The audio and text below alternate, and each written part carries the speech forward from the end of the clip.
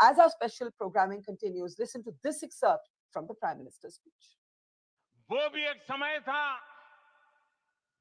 जब कुछ लोग कहते थे कि राम मंदिर बना तो आग लग जाएगी। ऐसे लोग भारत के सामाजिक भाव की पवित्रता को नहीं जान पाए। राम आग नहीं है, राम ऊर्जा है। राम विवाद नहीं, राम समाधान है। राम सिर्फ हमारे नहीं है, राम तो सबके हैं। राम वर्तमान नहीं, सिर्फ वर्तमानी नहीं, राम अनंत काल है। All right, if you have just joined us, all roads in India led to Ayodhya today. If the day was about the Ram Mandir, it was also a day about Modi's domination. These are the images that you are seeing from Ayodhya earlier today, where the Prime Minister led the Pran Pratishthan ceremony. He was accompanied by the RSS Chief Mohan Bhagwat and the Uttar Pradesh Chief Minister Yogi Adityanath. As the Prime Minister bowed before Ram Lalla, the idol of which was revealed to all of India today, in the presence of icons from all walks of life, top businessmen, top actors, top sporting icons, and thousands of BJP workers and saints and sadhus that created a sea of saffron.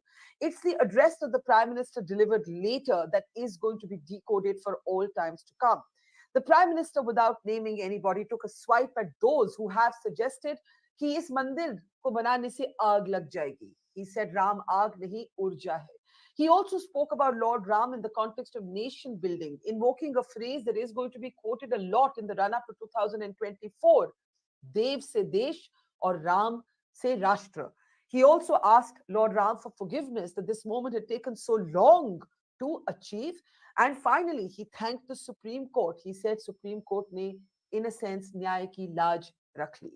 To decode the Ayodhya message, the Ayodhya moment, the Mandir moment, but also the Modi moment. Let's introduce our guests on the program today as we continue our special programming. Joining us is Sugata Srinivas Raju, well-known author and journalist. Also joining us is Pavan Verma. He's the author, I think, of 24 books at last count, including one on more than one, I would say, on Hindu religion, and therefore has a lot to say on this subject, also on the Adi Shankara. Thank you, Pavan, for joining us. Hindol Sen Gupta is also the author of a book on political Hinduism, very well placed to talk about the developments today.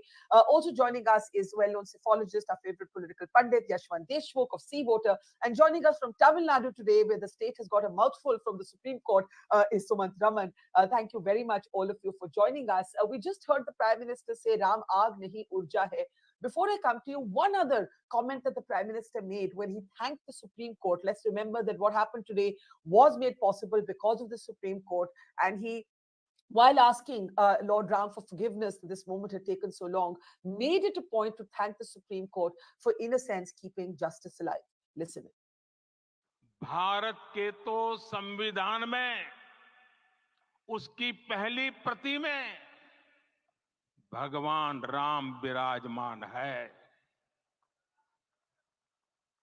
संविधान के अस्तित्व में आने के बाद भी दशकों तक प्रभु श्री राम के अस्तित्व को लेकर कानूनी लड़ाई चली। मैं आभार व्यक्त करूंगा भारत की न्यायपालिका का, जिसने न्याय की लाज रख ली।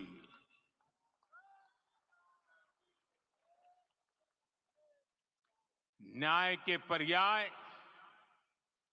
प्रभु राम का मंदिर भी न्यायबद्ध तरीके से ही बना।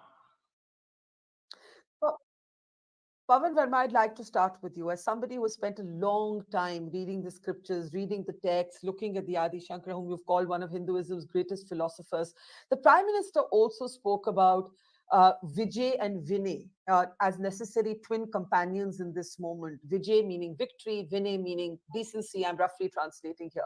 What for you was the central takeaway From everything we've seen in the last few hours, the Mandir moment, the Ram Lalla Pran Pratishtha ceremony, and then the Prime Minister's address. What's your takeaway, Pavan Verma?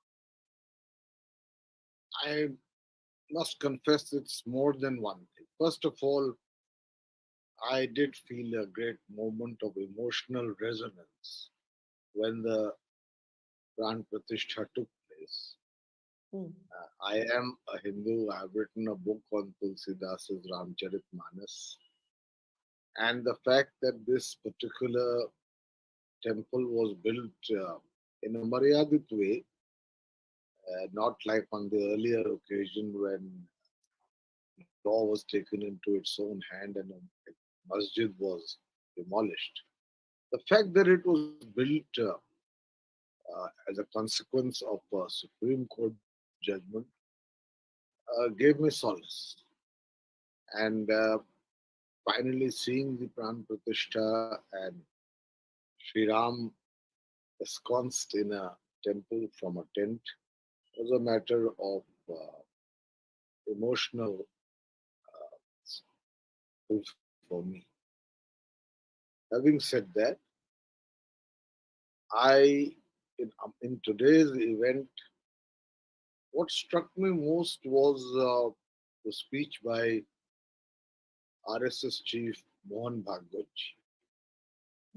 Uh, he said several things, of which I thought the most important was his stress on Samanvay. Samanvay is inclusion. Yeah. I think it was a timely message. He spoke of karuna, of compassion, as symbolic of Sri Ram. In fact, that is how Tulsidas describes him. Bhai Pragat, at the moment of his birth, his lines are Bhai Pragat Kripala, Deen Dayala. And the famous bhajan that you and I and all are familiar with, Sri Ramachandra Kripalu Bhajam, merciful and compassionate. Then he spoke of Anushasa. And I Hmm. think that's important in a country where very often in the realm of religion, uh, there is willful violation of the law uh, on both sides of the spectrum, but increasingly in a new swagger that has been acquired by some of the lumpen elements empowered in the last 10 years. So the need and Sayyam, restraint. He spoke of Sayyam and restraint. He also spoke of removing matbhed, in other words, divisions from within Hmm. society. And finally, if I recollect correctly, he spoke that our behavior should be maryada purna. Uh, our acharana should be maryada purna, which is what Maryada Purushottam stands for. To me, it was a message that needed to be given after the kind of inaugural we saw. Uh, of course, as far as Prime Minister Modi's speech is concerned, it was it had elements of astha or faith, but it was a political speech, especially his repeated stress that a new Kal Chakra has begun. It was a mythological reference to a new era. Some people Yes. call it mistakenly the Second Republic.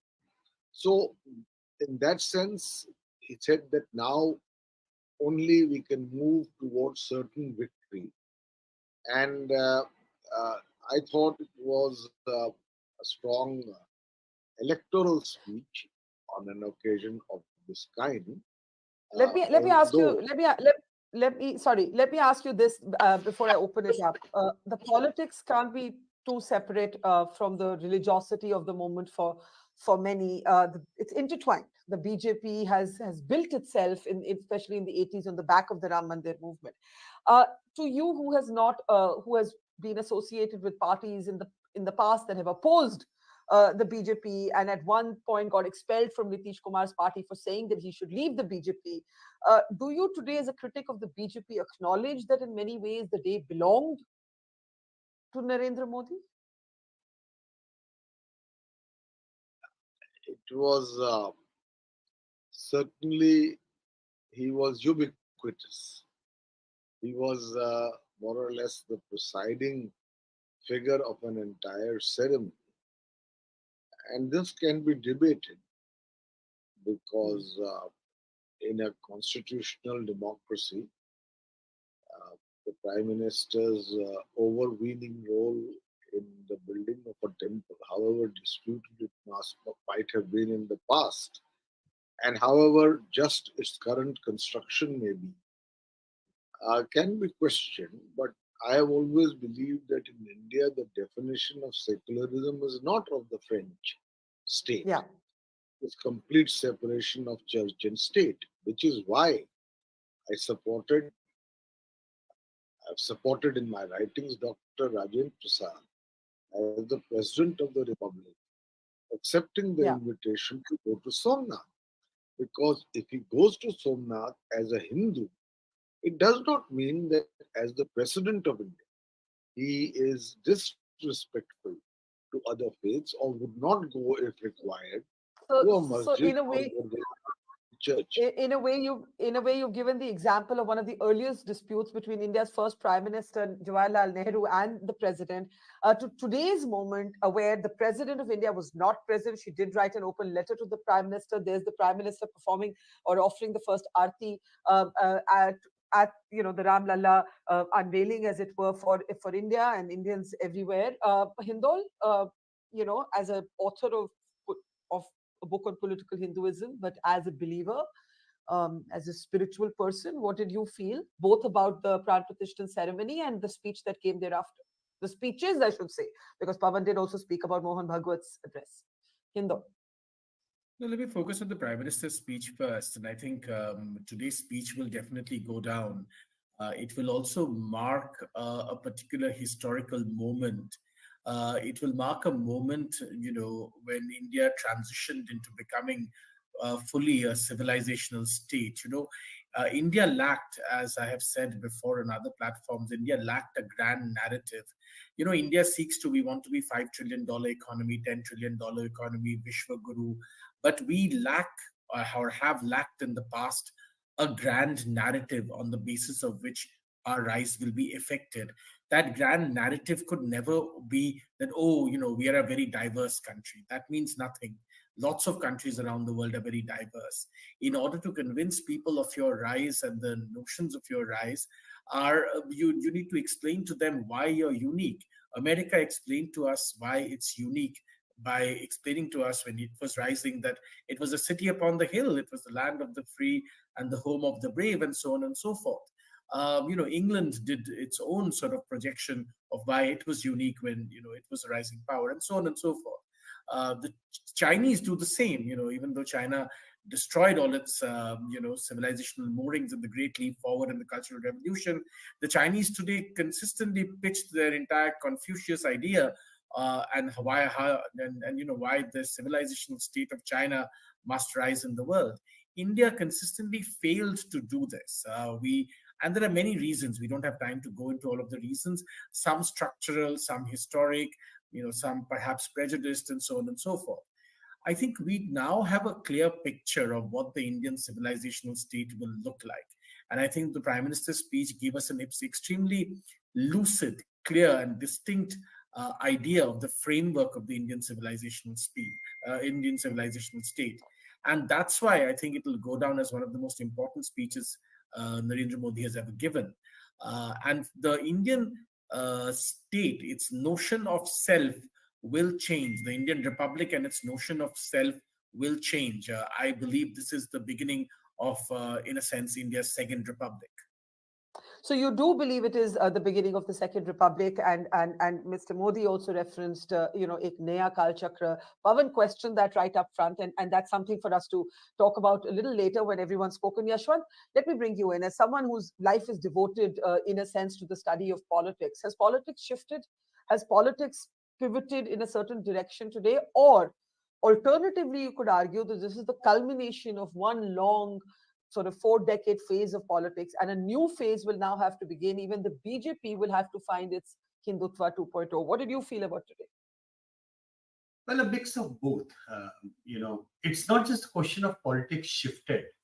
It was already in the making. It was only a question of who would jump on that brand of politics or that particular issue or that sense of identity or absence of identity, as Hindu just so well pointed out, in that way. Uh, but going, looking at it from politics perspective, political perspective, of course, everybody is going to, ask me, do your number crunching again? Ab ki baar kitna par? That kind of question is going to come around me, but I would take some time to answer your question, how as an individual I am feeling today, just the way Pawanji mentioned what he felt today. Bakha, I was very much in school when I believe Nelson Mandela visited Varanasi, and it was in a very, very fleeting moment, when his cavalcade was going by and he waved and we just waved back, and it was a magical moment for me. Decades later, when I was in South Africa to cover the elections, doing their surveys, producing their election broadcast and everything, that time when I spent over there, I realized that the biggest thing that Nelson Mandela did for his country after it became free was the Truth and Reconciliation Commission. And I genuinely believe, and I have said it more often than not, and I have openly even tweeted about it, that, I feel strongly about Ayodhya, but more than the temple, I want the truth. I want appreciation of the truth. I need that reconciliation, but only with the appreciation of the truth. Now, with so much being written, and we have seen so much of politics, from the mid 80s to the mid, we are in 2024. 4 decades of politics that we have witnessed as a student, as a voter, as a political scientist, as a professional now. It amazes me that how people have missed on some of the points so, blindly in that way, because the history of India, the way we look at it, the majority and minority question, the partition of India, the way the post-partition politics of India played out, unfortunate assassination of Gandhiji, and so on and so forth. We just took everything to politics in a way that, without realizing that this country's history went beyond the 47 partition, went beyond the British colonial rule, and there were issues which needed to be resolved. Addressed. Yeah, resolved. They needed Yes. to be addressed. With the deep, things which were like, the fault lines in our social fabrics. We somehow artificially concealed those fault lines with the idea of India being a secular country, more so because a Muslim Pakistan, a theocratic state, was born out of it, and we took pride that we are something different and we are India. Of course, India is different. Of course, India is secular. Of course, India has been secular all along, because that's what makes us Indian. That's our ideology. That's rooted deeply in our philosophy of life, the way we live, the way we think, the way we are educated in our moral structure. So there are two debates that go on, and when I go into debate on Ayodhya, I always find it interesting that big number of people who are on the other side of the table, they start and end the debate saying that why the politicization of this thing was wrong, and why the BJP gaining politically out of it was wrong, and why it was a political movement. That's where they get it wrong. It is not a political movement, Barkha. It was never a political movement. It was never a political movement. BJP, by being at the right place at the right time and taking this issue, which was for anybody to be picked up. But They today, gained. today, would you say? I think Hindol has also made this point earlier that this is not this is not a fight that goes back to 1947. It goes back at least 500 years. Hindol has made this point repeatedly. But today, would you say? And then I do have to quickly go to Shugata and Sumant before we come for another round to the panel. So Yashwant, briefly, today, would you agree that it is intertwined? It is intertwined. It is embedded. It is hardwired into the BJP's politics. Of course, yes. Goes without saying. Of course, yes. And politics of this country has Barkha changed forever. As I've said on your program earlier, Yeah, yeah. that you can win elections in India being pro-Muslim, but you cannot win an election in India anymore with an identity of anti-Hindu. So of Okay. course this has changed. Okay, let me bring in Sugata now. Sugata, there some may wonder, where is the opposition? The opposition chose contentiously not to attend this ceremony.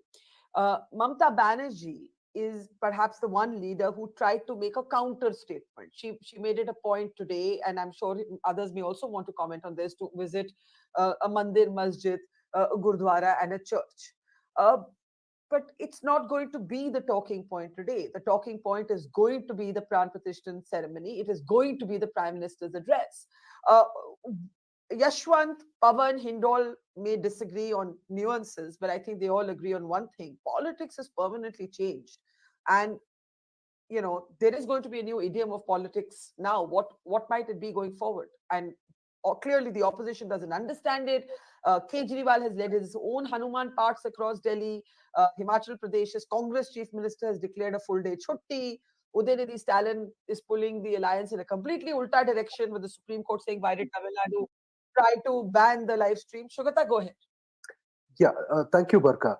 See, I do agree that the political culture of this country has permanently changed. We do not know if it changed today after Mr. Modi participated in the consecration of the temple and then spoke, or if it was in the making. In the making in the last 10 years, almost a decade. So the political culture of this country has changed. And you spoke about the opposition. The one thing that I've noticed is every leader of the opposition, including the people in the Congress, have contributed, although they have boycotted the ceremony, they have contributed to the universalization of Ram. They've all said that Ram belongs to everybody, and BJP cannot walk away with it. So that tells you something about how the opposition is perceiving the whole thing. The political culture of this country has changed. But the very significant thing that I sort of perceived today when Mr. Modi was speaking and others were speaking, although I personally feel that it should not have been an occasion for speeches, because the symbolism and the spectacle itself was so great that it did not require speeches. The dots had been connected. But, I think that the moral arbiter of this nation has, you've changed the moral arbiter of this nation. Till today, or till the other day, it was Mahatma Gandhi. And from today on, I think it will be Lord Ram. So I think the chief moral arbiter of this nation has been changed. And I think the BJP will now start pushing that, because, if you look at the adjectives that have been used, not just by Modi and Mohan Bhagwat and others, but also the epics, the different readings of or writings of Mahabharata, Ramayana, they all, use a certain kind of language which describes him as either Maryada Purushottam, an epitome of decency, a kind of, a man who pushed for a certain kind of reconciliation. Yashwantji used this word reconciliation. I wish the Congress had used that word, the reconciliation idea, to come into this whole process and not be left out. I think you've said something very interesting and also provocative, some might say. And Hindol, briefly, because I know you have to leave slightly early, and then at Sumant, give me just a second to come to you. You just heard Shugata say that the moral arbiter of India has changed from Gandhi to Ram. And in many ways, the Prime Minister in his address made this point about Ram being everywhere. Ram being a kind of building block of nationhood, the cornerstone around which everything else is now, in a sense, going to be constructed. Do you agree with Shugata? Ram is the moral arbiter, as it were, of modern India going forward? So I don't know whether it's Ram per se or a broader framework, but I broadly agree with what Sugata is saying. And for the following reasons, Barkha. Gandhiji epitomized a particular moment in India's history. And I still believe Gandhiji is very important and will remain with us for a long, long time. However, that moment has been deeply problematized. It has been problematized by politics, and then it has been problematized by, going back and reading by various historians and others about what that moment really represented. And it has also been problematized by the rise of the decolonial movement, especially in parts of Africa and so on and so forth, where people have gone back and read Gandhi carefully and problematized him even more. So, therefore, Gandhi as the unilateral arbiter or Gandhi as the unilateral moral framework that India has to offer to the world is inadequate at best. Rising India needed a different, more holistic, more universal framework. Please remember, the story of the Ramayana doesn't only belong to India. It spread across Asia, across Southeast Asia. A brilliant new book by an young Oxford scholar talks about how in Southall, black women used to demand equality by talking about the Ramayana. So it is really a universal story in that sense. So therefore, it offers a far more profound moral and ethical framework to pronounce India's rise in the world and for India to offer to the world than the persona of Gandhiji, so to speak. So yeah, yes, I agree. Okay, Hindol, we're going to let you go. I want to bring in Sumant. Thanks, Hindol. I want to bring in Sumant Raman now. One of the arguments that is made is about this being a North-centric phenomena. The Prime Minister spent 3 days in Tamil Nadu before reaching Ayodhya. It's very, very important. I think the other detail I read was that the state of Telangana has been amongst the largest contributors to the Mandir Trust across India. There is a lot of challenge to this assumption that this is somehow a North Indian movement. And in the midst of this, Tamil Nadu's DMK creates massive controversy. The Supreme Court today says it's atrocious if the government tried, or it's atrocious that the government tried to stop the live stream of the Pran Pratishthan, which I understand in the age of technology where you just can watch everything online. Yeah. But the government denied it. I think that's what I'm getting. But go ahead. Yeah. No. Yeah. Barkha, first of all, South India, after the ceremony, the feedback that I've got, the idol, of Lord Ram installed at the Mandir, it has a distinct South Indian feel. So I think that has gone down quite well in South India. Yeah. People from, I've spoken to people from Karnataka, people from Telangana in the last couple of hours, and the unanimous, opinion was, yes, it looks, the idol of Lord Ram looks distinctly South Indian, and we can relate to it. So I expect a lot of people from the South would be making that trip to Ayodhya. Now, the point, there are two things. I know that, Hindol is not on the show, but the question of this, the birth of the new republic, the new civilizational dawn of a new civilization and so on. See, I'm still a little confused, pardon me, but this whole thing seems very fuzzy. What are we trying to say? Is the defining factor of this new state? Are we saying that this is essentially we are essentially moving towards a theocratic state? Is that what we are trying to say? And also the example that he gave of South Africa, quite honestly, South Africa is in a terrible shape now. The way it is today. South Africa, by the way, I don't know whether you're aware, but because one of the very few countries where their GDP has gone down between 2010 and 2023, not only per capita, total also has shrunk. It's what, and the top 5 out of 10, 5 cities are the highest so crime you're rates saying, in Africa. so you're saying, what No, does it all mean? You're saying in real terms, what does it all in mean? real And terms, exactly. Yeah. Let me finish this point on the South. Yeah, okay. 1 second. Yeah. As far as what the DMK did today, I mean, it makes zero sense. Yeah. I mean, look, saying that you cannot watch the event in a private place is as bizarre as I've ever. And let's face it, they did have oral instructions, which so many people put out. In fact, the state BJP chief even put out an audio, and this morning, the the place where Mrs. Nirmala Sitaraman was supposed to, where she eventually did participate after the court order came, was a private place. I mean, you cannot say that people cannot congregate peacefully to watch a telecast of such a historic event in a private place. And but in a way, Suman, for me, it proves, and that's what I want to ask the others now, how many different directions the opposition is being pulled in. Remember, the DMK is also part of this India bloc. But let's pick up the other thing you said. What does this second republic look like? What might it look like? Pawan, let me come to you, and then Yashwant, and then Shugata. You don't believe in this concept of the second republic, yet you are in a way respectful or in agreement with what the RSS chief said, perhaps even more than what the prime minister said. Even if you don't believe in the second republic, what's quite clear is that old labels, left, right, secular, non secular, right? Uh, these are today under challenge. They're under severe political and cultural challenge. And you need, and I think this is one of the points you keep making, you need a language of culture and a language of faith to counter them if you're going to counter them politically. Pawan. No, no. Let me say that it is a defining moment in terms of the ultimate battle, to some extent, to change the historical narrative of the past, which was dominant, and to some extent to reclaim Hindu civilization, culture, and religion.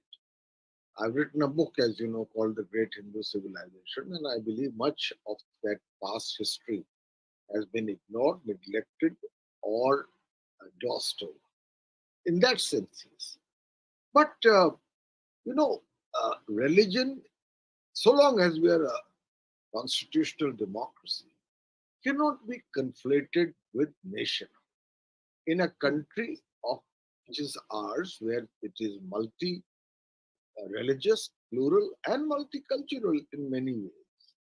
Uh, Even the Ramayana, there are 150 versions of it or more in different languages, and they are not identical. So, in our country, you can be a even more devout Hindu now, but you cannot conflate Desh, Dev, Rashtra, because Hmm. that is a very, in my view, narrow sense of nationhood. Uh, and much more constitutes that nationhood, including, again, I'm sorry to refer to it. Mohan Bhagwat quoted a paragraph from Tulsidasa's Ramcharitmanas on Ram Rajya, and there was a line he stressed: Sab nar karahi paraspar preeti. Each person will have mutual love for each other. Now, if you conflate Hmm. uh, the building of temple of one denomination, however delayed, however just, to the nation itself, there is both a sense of vindication and a very strong sense of exclusion. That is what I think Mr. Bhagwat, belonging to the RSS and thinking long term, I suppose, for his goals, was trying to balance. And I think whether he is the right person to do it or not, that is important. A new Kal Chakra will begin in this country, yes, when Ram gets his due, when per capita incomes at an individual level rise, when inequality of the kind we see today reduces, when people have better access to primary health care, when vast So you educational had a you infrastructure had a is disagreement. You had a improved. disagreement. I take your point on the economic indices that you're talking about, but briefly because I want Yashwant to react to this. You had a disagreement with the prime minister's uh, uh, uh, uh, comment, which was really, in a sense, the most quotable line from his very powerful speech. Dev se desh, Ram se rashtra. You are saying you're in disagreement with that formulation, Pawan. Yes. Okay. Depends how you Sorry. define Dev, depends how you define Desh, and it depends how you define Rashtra. Yashwant, let's bring you in. Yeah, I mean, there is hardly anything that I can disagree with what Pawanji is saying actually, and Sumant probably misunderstood my point when I was talking about South Africa. I'm not talking about their mess today. I mean, that's an entirely different debate altogether. I only talked about what inspired me. Was his action on truth and reconciliation. How do you where do you go now, Barkha? Hmm. I mean, going beyond Ayodhya. Where are Even we the moving? even the Prime Minister asked that. Ab aage kya? Hum aage kya? Aage Yeah. is truth and reconciliation. That's what you see. I was born and brought up in Banaras, Barkha, and when I say in Banaras, you had to actually do our ASI has to dig in for Supreme Court in Ayodhya to figure out there were temple parts inside that. When you go to Banaras, Gyanvapi, you don't have to dig. It's a temple. You can see with your naked eyes. But I'm not saying about what next is Gyanvapi. I'm just simply saying that when there are these kind of things which you need to address about who you are, about your basic identity question, and you get settled. There is a very nice piece by Tavleen yesterday where she quoted wonderfully, Sir Naipaul, Vidyadhar Naipaul, saying that she interviewed him, and that one line of his interview where he kind of justified the 6th December, incident was taken out of proportion, but nobody quotes him what he had to say next about Renaissance. That, Renaissance is when you are at peace that, okay, past is past. It is done. It is dusted. You accept that, but that acceptance, the process of acceptance starts with the truth and starts with the reconciliation. So But I but think but but to what extent? Is there a line, Rashwant? There's a Places of Worship Act was supposed to seal this debate at Ayodhya, right? The Supreme Court's own verdict on Ayodhya made that reference. My well, question to you I, is: I agree on truth and reconciliation, but kaha tak, kab tak? Any thoughts before yeah, Sumant and Shweta but come that in? act was again a reactionary act to what happened on 6th December. What I'm simply trying to say, an act, you see, even this government, just like many said that RSS wanted this government to make an act for the temple. But this government actually, I would say, very wisely waited for the Supreme Court verdict. Because when the Supreme Court verdict came in, and Pawanji said about that, he was happy that this Maryada Purushottam's temple was made following the Maryada after Supreme Court's verdict. So yes, that's true. But the thing Okay. is, what now? What next? Where do we go from here? Where do we actually head from here? About the various identities or singular identity or the debates that we keep on having it. Everybody wants a better future. That's where we have to go from here. But how do we go from here? That's the question. Okay, Sumant, go ahead and then Shugata. Yeah, Sumant. I can't hear Sumant. Yeah, Sumant. Okay. See, Barkha, the point that concerns me about this entire Second Republic stuff is precisely this. Now, let's be very clear. This was today what we witnessed was not purely a religious event, it was a politico religious event. And when we look at it in the larger context, already the question of what next, because the Ram Mandir, beyond the 2024 Lok Sabha elections, is unlikely to have a huge electoral dividend because that dividend has already been encashed and perhaps it will be encashed in the 24 Lok Sabha polls. But it's not like, the I 29. can see Pawan smiling and disagreeing No, actually, and just so does just just Shugata. But yeah, let me yeah, finish my okay, point. Let me okay, finish my okay, point. okay. All right. Okay, so we've now got Gyanvapi, we've got Mathura. Then what happens? I mean, do we say that the this issue does not, that we go on looking for more and more such issues because the pot has to be kept boiling from a emotional perspective to sort of as part of the so-called new republic or whatever. But my point is, somebody comes up, some of the Sangh Parivar outfit says, I read a report where they said there are 440 temples which need to be reclaimed. Somebody says, no, we will only stop with 3 temples. But where does this stop? And the point is, electorally, once an issue is done and dusted, After Let's that, pick up that point. the gains, yeah, the gains I, sort of diminish. I think many would have agreed with you 2 years ago, but seeing how it's all unfolded, Shugata, the opposition's refusal to be there, it made the Mandir a huge political talking point. The Prime Minister's address, yes, some of you made the point that why were the speeches? You made that point. Pawan said his was a political speech, but let's not be naive. We're all adults here. There is going to be politics 4 months before the election. This has been a key political issue of the BJP. You can't suddenly ask them to leave their politics outside the door as they enter the mandir. Shugata, do you agree with Sumant that this no longer has returns? Or do you think that today has Beyond framed this? 24.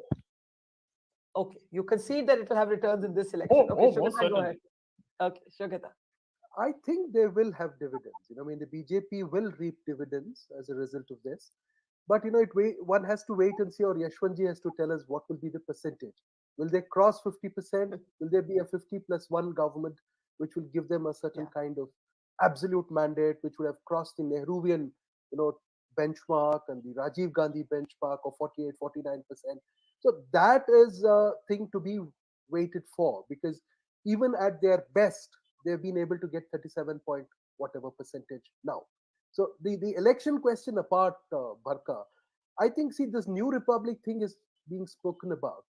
For one, I think that this tension between constitutionalism and civilizational thought should exist for India to remain a modern republic. I think if that is lost, I think we have lost our way. And then the other thing is, today the BJP is trying to sort of give you a cultural narrative for the government.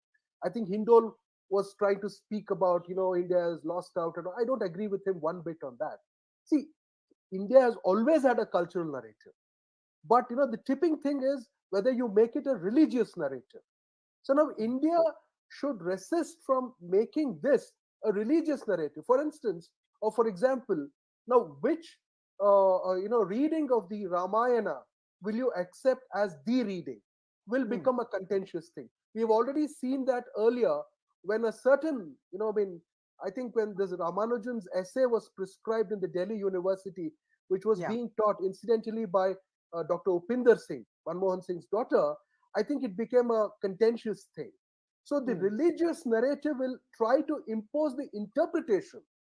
A cultural narrative will not do that. It will take the broad values, and that's why I said Ram as a moral arbiter rather than a religious arbiter. Yeah. So I think that is very, very important. And of course, a lot of words have been challenged today. The word secular has been challenged. The word cosmopolitan has been challenged. The word globalization has been challenged. I mean, it comes because you're all looking inwards, but is it an inclusive kind of a thing that you want to build going forward, keeping this happy tension between civilizational arguments and constitutional arguments? I think it's a very important question where we go from here. Let's take last comments, Sumant.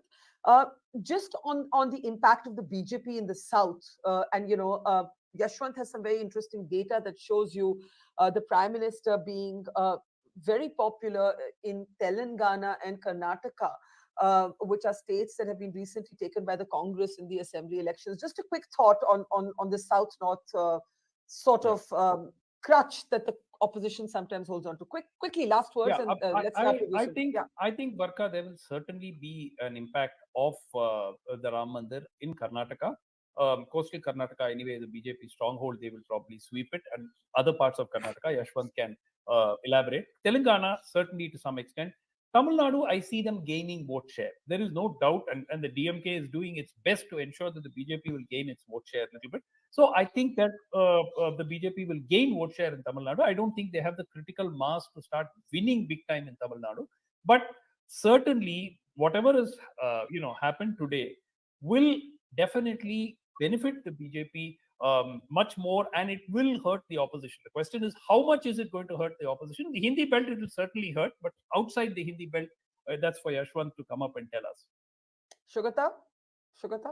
Yeah, I mean, the as far as the south is concerned, Barkha, I think the Karnataka, Telangana, even Tamil Nadu, I mean, Prime Minister has been paying a lot of attention to Tamil Nadu, be it the Tamil Sangam that he has been organizing in Varanasi, or look at the number of temples he visited there. I think he is trying to drive. I mean, he's obviously, he knows that the Dravidian philosophy is the direct challenge to the kind of philosophical position that he holds. So I think he wants to vanquish that particular idea. So he's paying a lot of attention to that. And I don't know. I agree with Suman ji where he says they may not have the critical mass to sort of win seats this time, but certainly their seat share is going to go up. But Yashwant ji should tell us if Modi ji may sort of throw googly at us by contesting from one of these seats in Tamil Nadu. It is quite Yashwant? possible. Yeah, it's a very interesting question. Yashwant, before I give Pavan the last word, the political impact, we must speak about it a little more specifically. And this idea of Modi contesting a second seat from Tamil Nadu. Go ahead, Yashwant. Well, that's a mouth-watering idea, honestly speaking, from just perspective, because yes, it will be a very, very classical moment in Indian politics as and when if it happens and as and when it happens. But Sumant is absolutely right that DMK is actually more than happy for BJP to grow right now, because all the votes that BJP is getting is coming from the AIADMK's flank. Exactly. And that will make the life of BMK very sweepingly easy. But I think somehow, and Sumant might correct me if I'm wrong, there is a danger in that what DMK is playing right now. This is something which the Samajwadis also tried to do in the north, saying that, okay, if we play this thing, BJP will eat into the Congress and, we can manage BJP. And history is telling they could not manage the BJP. So I think what DMK is looking at a very, very short-term game, with the BJP is more than happy to play along. But the way we have seen in the last 100-year project called RSS and the way that grows, the organic growth that they carry, once they are in, they are in. They never go out. So whatever windows of opportunity that DMK is opening right now for the BJP for a short-term gain, that they will be very, very sorry for that in the long term. Very interesting. Pavan, if you had to give one piece of advice today to the opposition, to the India Alliance, having seen life from inside at least two parties, the JDU and the Trinamool Congress, Pavan, what would your advice be to the opposition today?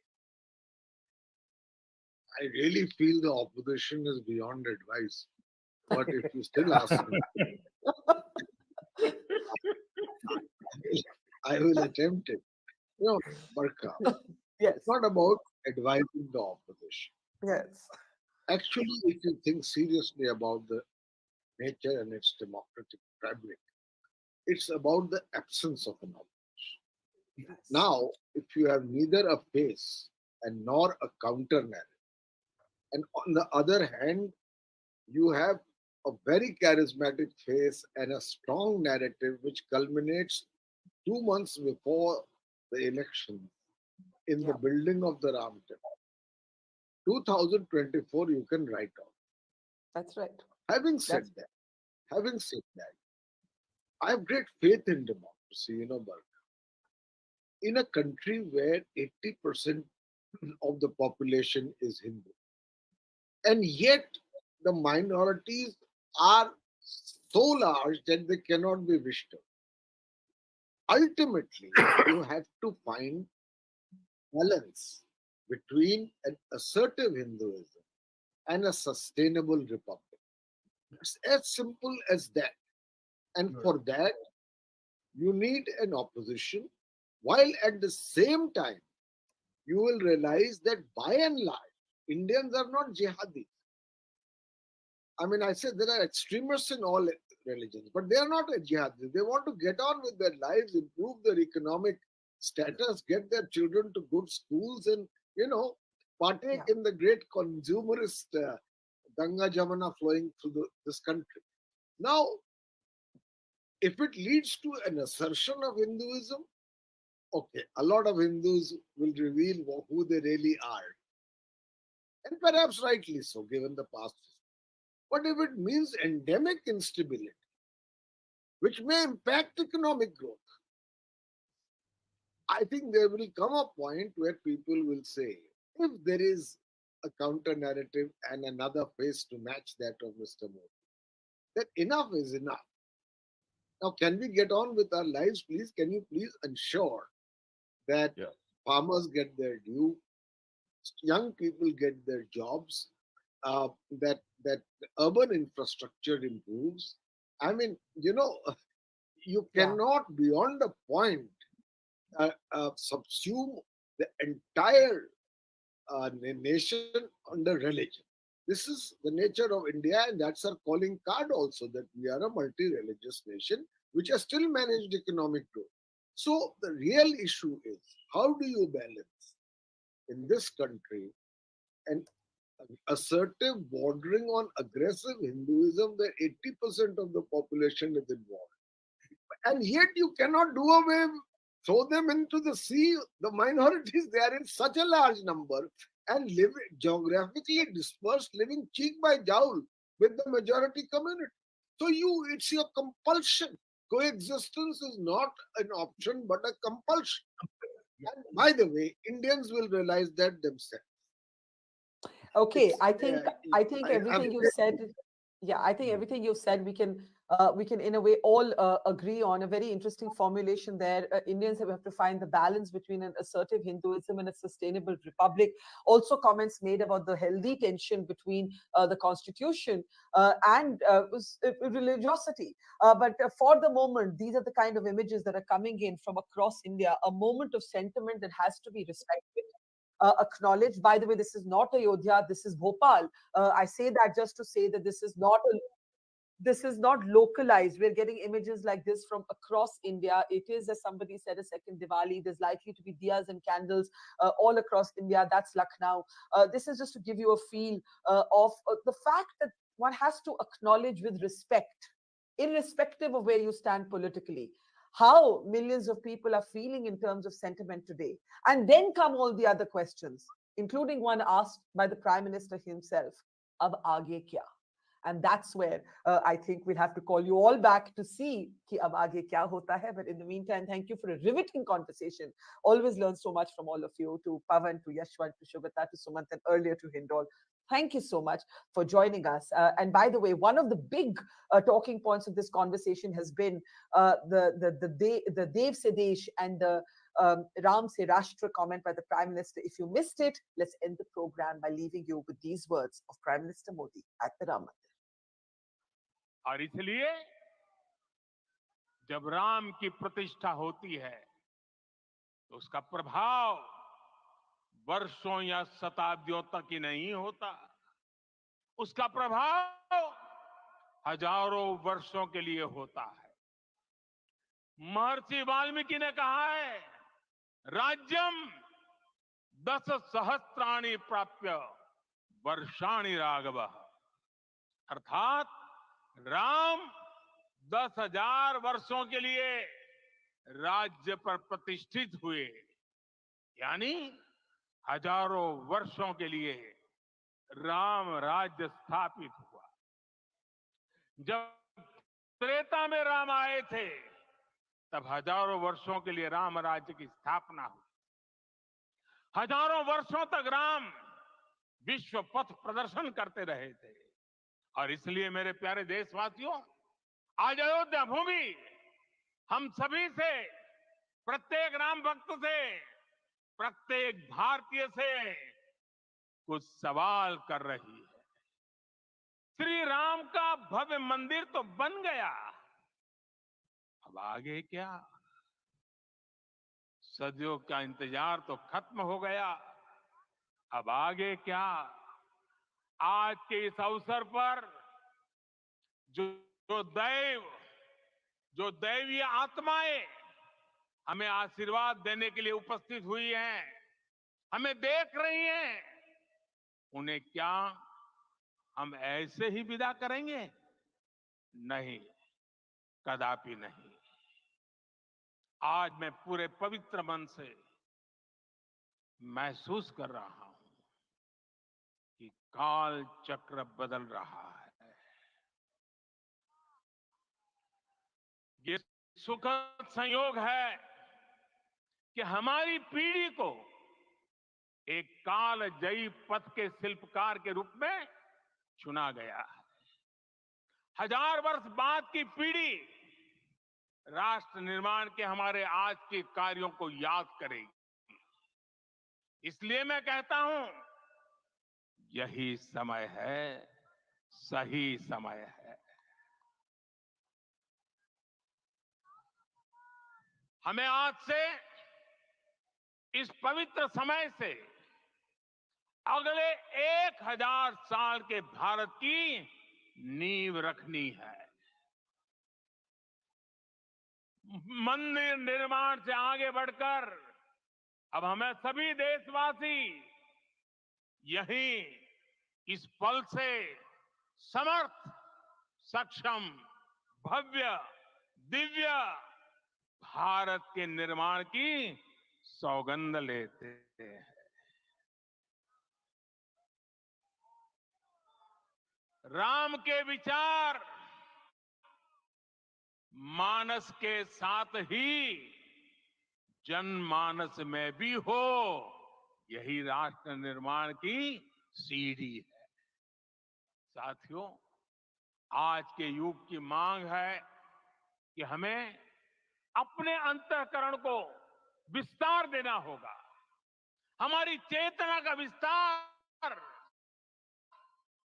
देव से देश तक, राम से राष्ट्र तक होना चाहिए। हनुमान जी की भक्ति, हनुमान जी की सेवा, हनुमान जी का समर्पण, ये ऐसे गुण हैं जिन्हें हमें बाहर नहीं खोजना पड़ता।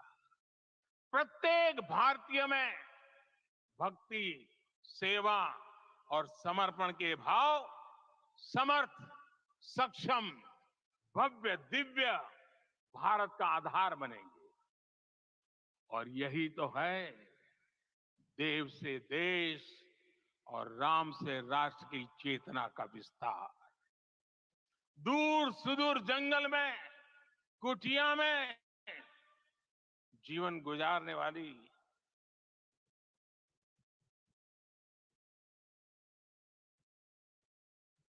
मेरी आदिवासी मां शबरी का ध्यान आते ही अप्रतिम विश्वास जागृत होता है। मां सबरी तो कब से कहती थी, राम आएंगे।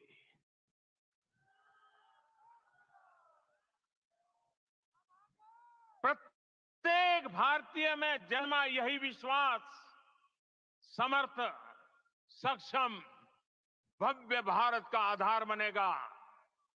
और यही तो है देश। Mojo Story has always made a commitment to its viewers to go to where the story is. And as you can see here, we are at the epicenter of the Israel war on Gaza. We are right at the front line, about 1 mile from the Gaza Strip, as the Israeli military gets ready with its tanks and its gunners to begin its final frontal assault that will take troops into Gaza. As we said, we are not like other organizations. We believe in giving you all sides of the story objectively and as much as possible from the ground. And that's exactly what we're doing here, covering the biggest global story today from the epicenter of the war zone. So please, we need your support. Support us, become a Mojo member, subscribe to us, spread the word, and thank you for your support.